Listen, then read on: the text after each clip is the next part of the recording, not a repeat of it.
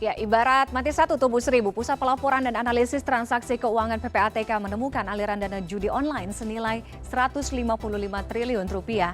Kepala PPATK mengungkapkan bahwa pihak-pihak yang terlibat dalam temuan aliran dana ini mulai dari kalangan pelajar, ibu rumah tangga, PNS, bahkan hingga anggota kepolisian. Kami bahas malam hari ini bersama M. Nasir Kongah, Koordinator Kelompok Humas PPATK. Selamat malam, Pak Nasir. Selamat malam, Mbak Tiffany. Apa kabar? Alhamdulillah kabar baik, mudah-mudahan Pak Nasir juga dalam keadaan sehat.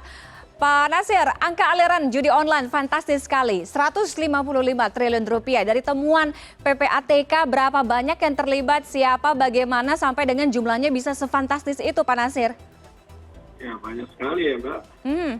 Hampir semua lapisan masyarakat terlibat di judi, khususnya judi online. Oke, dari temuan PPATK seperti apa? Pihak-pihak yang terlibat, bagaimana sampai dengan jumlahnya bisa mencapai angka 155 triliun rupiah? Nah, ini yang agak mengkhawatirkan kita ya, kita semua di sini, bahwa banyak sekali pelajar ya, remaja yang terlibat dari judi, khususnya judi online ini. Dan ini saya kira akan sangat mengganggu, merusak generasi penerus kita ya. Kalau ini tidak kita bahu-membahu, para penegak hukum, masyarakat ya, untuk menindak dari judi online yang ada sekarang ini. Oke, sangat meresahkan. Kalau tadi Kepala PPATK menyatakan pihak-pihak yang terlibat dalam aliran dana ini, tadi Pak Nasir juga sebutkan ada pelajar, ibu rumah tangga, kemudian PNS, anggota kepolisian bahkan. Yang paling besar dari lapisan masyarakat ini siapa? Ya, generasi muda ya. Oke. Artinya kalangan pelajar? Ya, antara umur 20 sampai 40. Itu banyak sekali yang terlibat. Dan ini melibatkan uang yang besar. Satu sisi berpengaruh terhadap kesejahteraan masyarakat luas ya. Generasi kita yang akan datang, dan secara makro juga itu mengganggu perekonomian bangsa Indonesia. Bayangkan bagaimana pemerintah mengalami kesulitan ya untuk menempatkan kembali uang-uang yang diparkir oleh pengusaha di luar negeri untuk ditempatkan di dalam negeri, tapi di sisi lain banyak uang kita yang dilarikan ke luar negeri. Pak Nasir, dari temuan yang diungkapkan oleh Kepala PPATK, Pak Ivan mengatakan salah satu yang terlibat adalah anggota kepolisian. Berapa banyak sudah dianalisis terkait dengan temuan ini? Nah, kalau angka agregat saya bisa sebutkan ya, tapi orang per orang saya belum bisa jelaskan secara rinci ya. Angkanya? Tadi ada 221 juta transaksi untuk terkait judi, khususnya judi online yang terbanyak, yang melibatkan uang 155 triliun. Tapi kalau untuk angka di tahun 2002 ini saja, sudah ada 312 rekening yang kita dengan nilai 836 miliar ya. Oke. Jadi, yang saya maksud di anggota kepolisian, Pak Nasir, apakah bisa menyebutkan angka itu? Tidak dirinci sampai sedetail itu.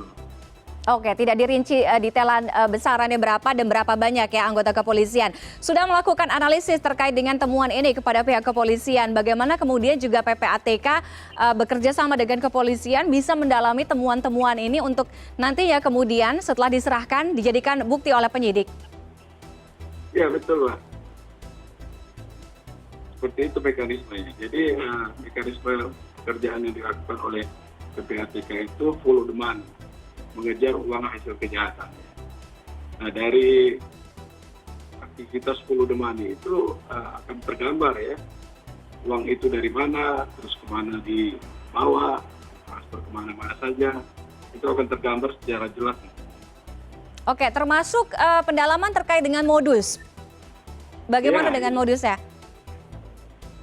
Kalau modus dari pencucian uang dari judi online ya, itu tergambar dari misalnya pengepul ya, dari pengepul itu dialirkan kepada bandar kecil, ke bandar menengah, dari bandar menengah ke bandar besar, lalu dikirim lagi ke bandar besar yang ada di luar negeri.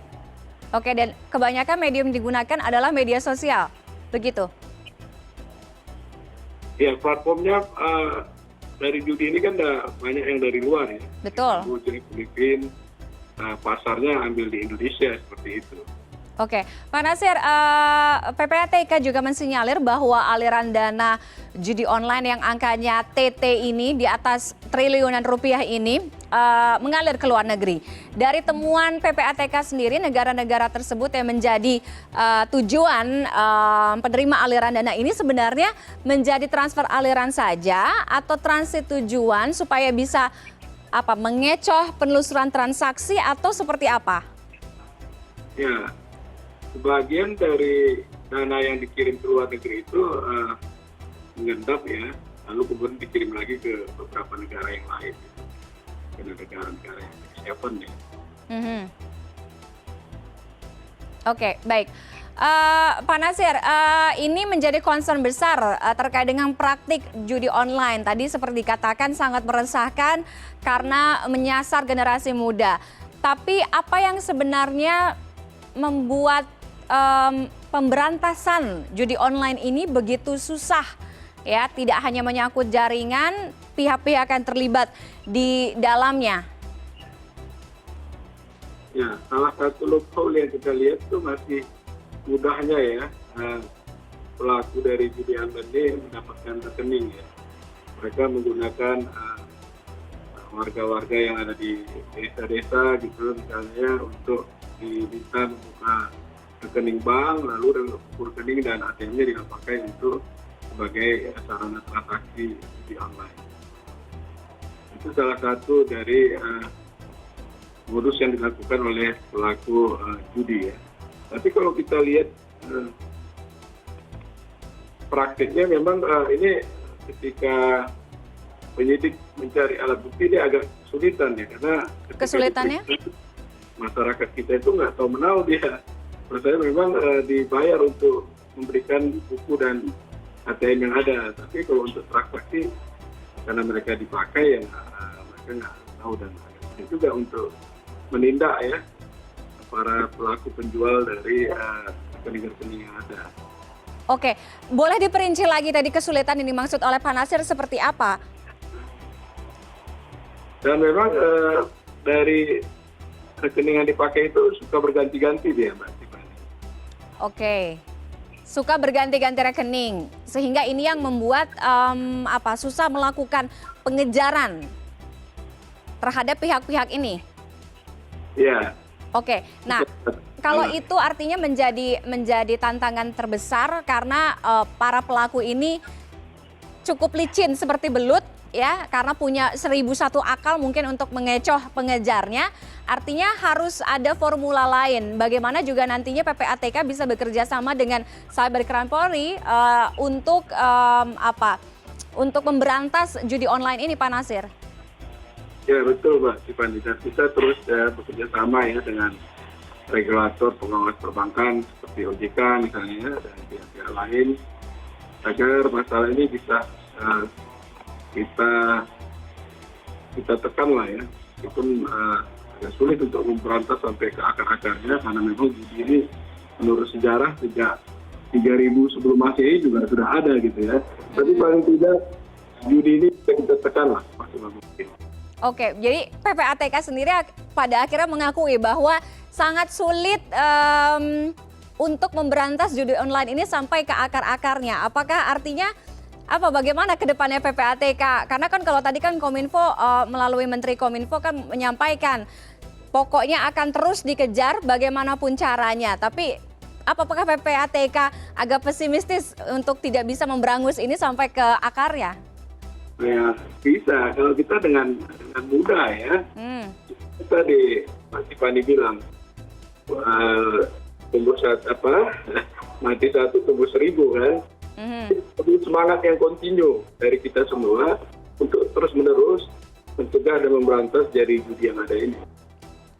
Dan itu tidak bisa dilakukan oleh 1-2 pihak saja. Seluruh dari unsur yang ada itu terlibat ya, khususnya masyarakat ya. Dan saya kira pendidik ya sangat efektif ya untuk kita terhindar dari.